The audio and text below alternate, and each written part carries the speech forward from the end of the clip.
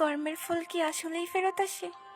এই যে তারা এত বাজেভাবে ঠকিয়ে গেল, ভালো না বেশিও ভালোবাসার অভিনয় করে গেল, একটা সুন্দর জীবন এলোমেলো করে দিল, মৃত্যুর মতো যন্ত্রণা দিল, তারা কি তাদের কর্মের ফল ভোগ করবে না?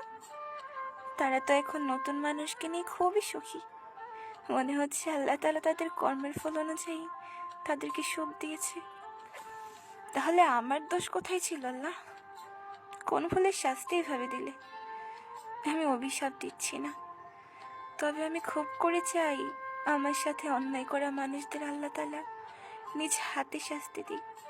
আজ না হোক, তবে আজ থেকে 10 বছর 10 যুগ পরে হলেও তারা তাদের কর্মফল ভোগ করুক। তারা উপলব্ধি করুক আল্লাহ ছাড় দেন কিন্তু ছেড়ে দেন না। তারা এটাও উপলব্ধি করুক অন্যকে ঠকালে নিজেকেও ঠকতে হয়, অন্যকে কষ্ট দিলে সেই কষ্ট নিজের কাছেও ফিরে আসে।